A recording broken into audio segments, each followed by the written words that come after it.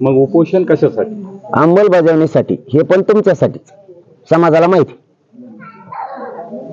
विजयोत्सव साजरा केला, त्याचा काय विजय झाला असं त्यांचं म्हणणं आहे. विजयोत्सव साजरा केला पण त्यांचा काय विजय झाला असा प्रतिप्रश्न. त्यांचा कोणाचा? म्हणजे समाजाचा हा, असेल, तुमचा असेल. समाजाचा. आमचा काय झालाय विजय, कशामुळे झाला ते मी तुम्हाला सांगतो. समाजाला माहिती आहे कशासाठी झालाय. 75 वर्षात मराठ्यांना ज्यांच्या नोंदी मिळालेल्या नाहीत, त्यांच्यासाठी, ज्यांच्या नोंदी मिळालेल्या नाहीत त्यांना आरक्षण घेता येत नव्हतं. म्हणून सगळे सोयरे गणगोतातील यांच्यासाठी 75 वर्षात न होणारा कायदा आणि त्या 2000च्या कायद्यात दुरुस्ती केली, ते त्यांना मिळाले. 75 वर्षात तो कायदा मिळाला नव्हता, तो मिळालाय त्यांच्यासाठी. आता ज्यांच्या नोंदी नाहीत त्या मराठ्यांचं त्या कायद्यापासून कल्याण होणार आहे. येत्या विधानसभेत म्हणजे येत्या अधिवेशनात त्याचा कायदा पारित होऊन ज्यांच्या नोंदी नाहीत ओबीसी आरक्षणातल्या त्यांचा फायदा होणार आहे. ही वस्तुस्थिती तुमच्यासाठी, मराठ्याला माहिती. समाजाने तपासून बघितली वस्तुस्थिती काय. ओबीसी समाजाला जे आरक्षण दिलेलं आहे ते 2001च्या कायद्यानुसार दिलेलं आहे आणि त्यानंतर सगळे जे जे कायदे बनले 2001च्या कायद्यानुसार त्यानंतरचे कायदे बनलेले. कोणालाही आरक्षणात जर घालायचं असलं मग 2004चा असेल कायदा, तो 2001च्या नुसारच.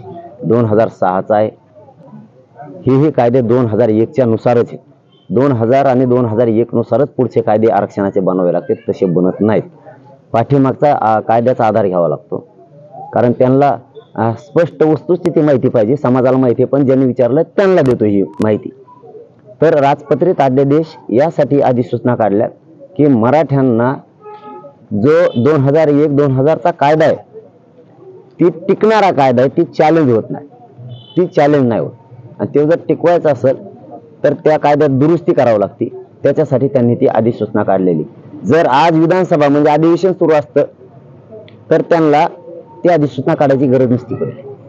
त्यांनी डायरेक्ट आरक्षणाचा कायदा बनवला असता 2001 आणि 2000च्या कायद्यानुसार.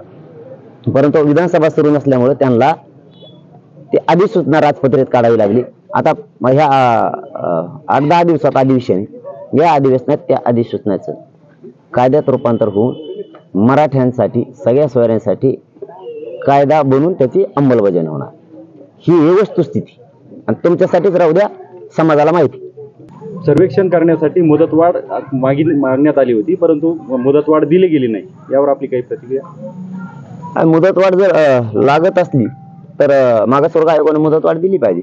पण त्यांचा सर्वे जर पूर्ण झाला असेल तर मुदतवाढीची गरज काय? काय आता हे काय झालेलं आहे, बऱ्याच जणांच्या पोटदुख्या झालेल्या. म्हणजे मागासवर्ग आयोगाबद्दल नाही बोलत मी, की मुंबईला गेलं काय मिळालं काय नाही मिळालं, हे बऱ्याच जणांच्या पोटदुख्या आहेत. कारण काही जण आता सरकारची सुपारी घेऊन बोलतायत काय मिळालं काय नाही मिळालं. गोरगरिबांना मिळालं, तुम्हाला नाही मिळालं. तुम्हाला पैसे पद पाहिजे होते, तुम्हाला ते नाही मिळाले.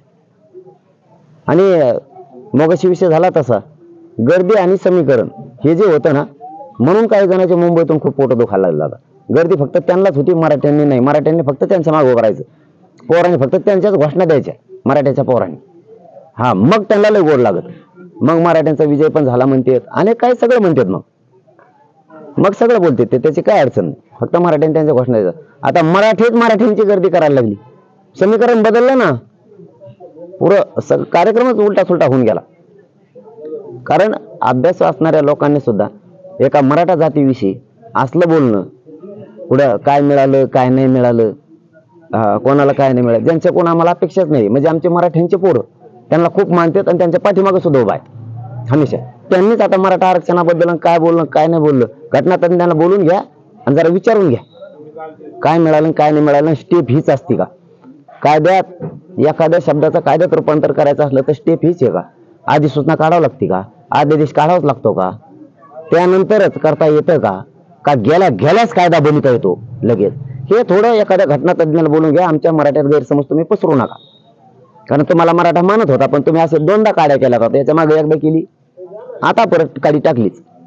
म्हणजे मी मराठा समाजाचं गोरगरिबाचं काम करतोय, हे बऱ्याच जणांची पोटदुखी, यांची एकट्याचीच नाही, बऱ्याच जणांची पोटदुखी की हे बाजूला सरकायला पाहिजे. मी गोरगरिबाचं काम करतो, जवळ मला मराठा म्हणत नाही तोवर मी बाजू सरकत नाही. पण राजसाहेब ठाकरे साहेबांना माझी विनंती आहे की तुम्हाला आमचा समाज खूप मानणार आहे, गैरसमज समाजात पसरवू नका. कारण हे समाजाला पचणार नाही. कारण तुम्ही 2 वेळेस असे उलटे चुलटे स्टेटमेंट केले.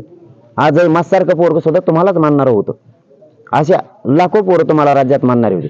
पण मराठ्यांना काय मिळालं काय नाही मिळालं असे सरकारची सुपारी घेतल्यासारखं बोलून तुमच्यासारख्याला शोभत नाही. कारण पोरं तुम्हाला समाजातले खूप मानणार आहेत. पोराला सगळं कळतंय आमच्या हातात आरक्षण म्हणजे काय आणि आपल्या विरोधात कोण बोलतो हे सगळं कळतंय. तुम्ही थोडंसं तुम्ही पहिलेच अभ्यास पूर्ण आहेत, परंतु आणखीन आरक्षणाबद्दल बोललो तर चांगलं राहील, तुमच्यासाठी चांगलं राहील अशी माझी विनंती. नसता तुमचा विषय तुमच्यापाशी त्याला नाविलाजी तुम्हाला सरकारकडूनच बोलायचं असलं, मराठ्याला मिळून मराठ्यात गैरसमज पसरायचा असला आणि आमच्यात फूट पाडायची असली तर ते स्वप्न तुमचं कधीच पूर्ण होणार नाही. कधीच गोरगरिबी करोडो मराठा कधीच फुटणार नाही.